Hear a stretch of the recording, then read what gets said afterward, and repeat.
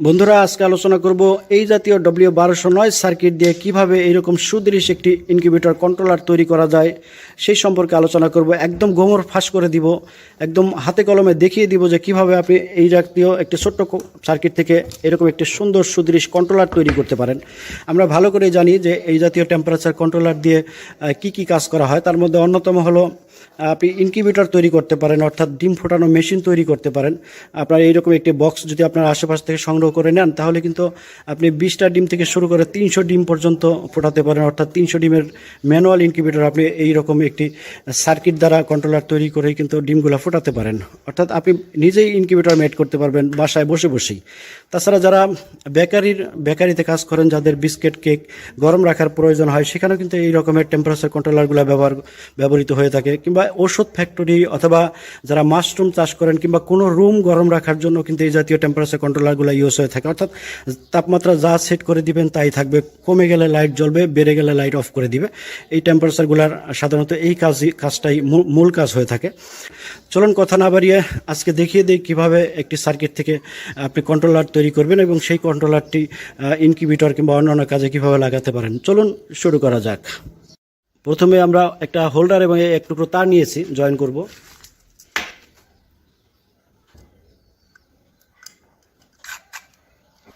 এরপর আমরা একটা হোল্ডার এবং এক টুকরো তার নিয়েছি, যথারীতি জয়েন করব।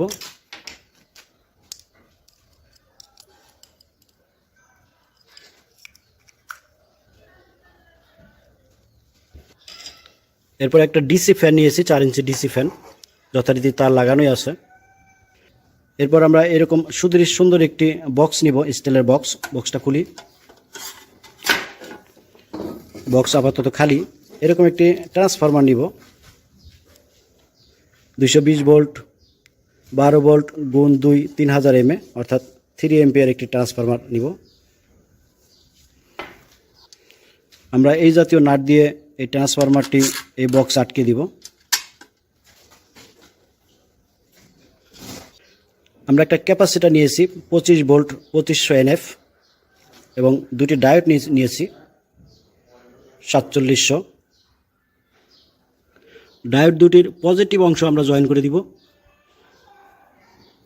এবং এই ক্যাপাসিটারের যে পজিটিভ সেটার সাথে এই পজিটিভ, টোটাল 3টি হবে। ডায়োডের 2টি পজিটিভ এবং ক্যাপাসিটারের একটি পজিটিভ, এই 3টিকে আমরা একসাথে জয়েন করে দিব।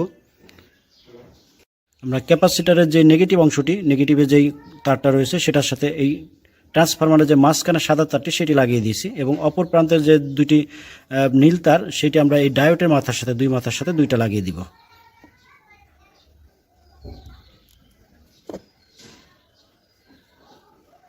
এবার এই বক্সে আমরা পাওয়ার কর্ডটি ঢুকাবো। পাওয়ার কর্ডে যথারীতি লাল কালো দুটি তার আছে। এই ট্রান্সফরমারের পিছনে যে দুটি লাল তার আছে, একটির সাথে আমরা এই বাম পাশেরটির সাথে আমরা পজিটিভ জয়েন করে দিব এবং ডান পাশেরটির সাথে আমরা পাওয়ার কর্ডের নেগেটিভ কেবলটা জয়েন করে দিব, জাস্ট এরকম। এরপর আমরা লাইটের তারটি লাগাবো। আপনি একাধিক লাইটও লাগাতে পারেন, আমরা একটি লাগিয়ে দেখাচ্ছি। বক্সের ভিতরে তার নিলাম এবং লাইটের যে নেগেটিভ তারটি, লাইটের যে নেগেটিভ তারটি আমরা এই ট্রান্সফরমারের ডান পাশে যে নেগেটিভ তারটি রয়েছে, পাওয়ার কর্ডের নেগেটিভ যেখানে লাগিয়েছিলাম সেখানে লাইটের নেগেটিভ তারটি লাগিয়ে দিব। এরপর লাইটের যে পজিটিভ তারটি সেটি আমরা সরাসরি সার্কিটে নিয়ে যাব, সার্কিটের এই প্রথমটাতে লাগিয়ে দিব।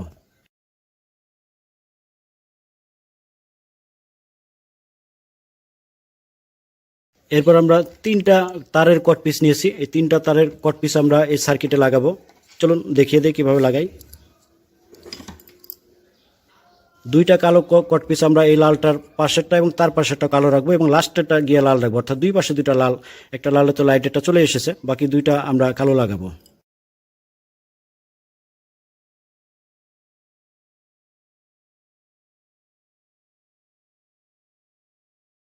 বাস আমরা 3টি কট পিস লাগিয়েছি, দেখতে পাচ্ছেন যে 3টি কট পিস আমরা লাগিয়েছি। তো চলুন আমরা এই 3টি জয়েন করি, কোথায় নেই। আমরা ডান পাশে যেই লাল কট পিসটি লাগিয়েছি তারটি, সেটা আমরা এই ক্যাপাসিটারের নেগেটিভ অংশে লাগিয়ে দিব, অর্থাৎ এই সাদা তারটার সাথে জয়েন করে দিব।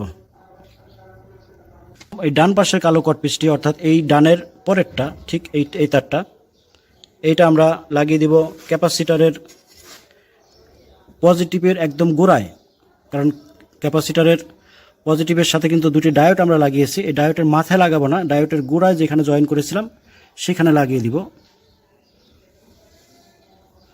অর্থাৎ মূল ক্যাপাসিটারের পজিটিভের যেই তারটি রয়েছে সেটার সাথে লাগিয়ে দিব।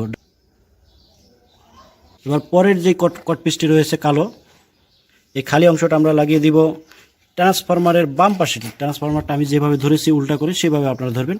এই বাম পাশেরটিতে আমরা জয়েন করে দিব। এখানে আগে আরও একটি তার জয়েন করা হয়েছে, আপনি এটাও একসাথে জয়েন করে দিবেন। তো আমরা সার্কিট থেকে 4টা তার বের হয়েছে, 4টা কোথায় কোথায় গিয়েছে আমরা দেখালাম, আশা করি দেখেছেন। আমরা একটা ডিসি ফ্যান নিয়েছি, এটা আপনি 3 ইঞ্চি বা 4 ইঞ্চি যে কোনো একটা নিতে পারেন।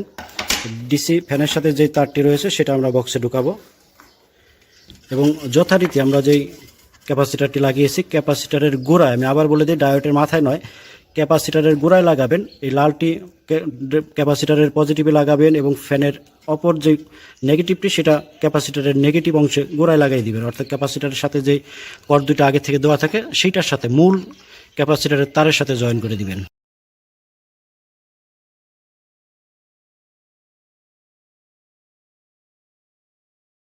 কানেকশনগুলো যাতে লক না করে বা লুজ কানেকশন না হয় সেজন্য আমরা তাতাল দিয়ে এটিকে ঝালাই করে দিতেছি। এবার আমরা এই সার্কিটটিকে আমরা এখানে ভিতরের সাইডে লাগিয়ে দেব, যাতে বাইরে আমরা ডিসপ্লেটা সুন্দর দেখতে পাই। দেখতে পাচ্ছেন যে আমরা আমাদের কোম্পানির নামে বক্স করেছি। ক্যাপাসিটারটা আমরা নিচে লাগিয়ে দিব পেস্ট গান দিয়েই।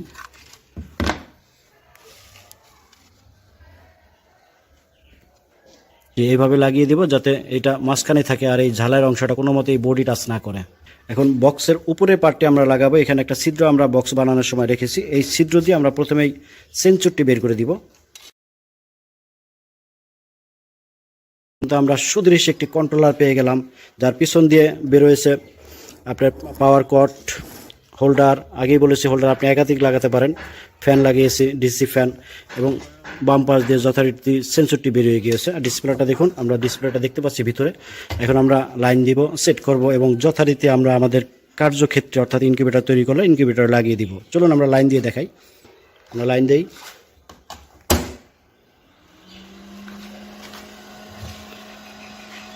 দেখুন এটা কিন্তু ডিসপ্লেতে পরিষ্কার দেখা যাচ্ছে এবং ফ্যানটি আমাদের ঘুরতেছে। আমরা একটা লাইট লাগাই, দেখুন এখানে আপনি যা সেট করে দিবেন সেইখানে গিয়ে লাইটটা অফ হবে এবং তারপরে যখন তাপমাত্রা কমে আসবে আবার অটোমেটিকলি লাইট জ্বালিয়ে দিবে। আমরা কিন্তু সম্পূর্ণ সেট করে ফেলেছি। দেখতে পাচ্ছেন যে এখন কিন্তু কারেন্টে চলতেছে। এটা আপনি 12 ভোল্ট ব্যাটারি থেকে, এই জাতীয় ব্যাটারি থেকে চালাতে পারবেন। আমরা লাইনটা খুলে আমরা ইনভার্টারে লাগিয়ে দিলাম। দেখুন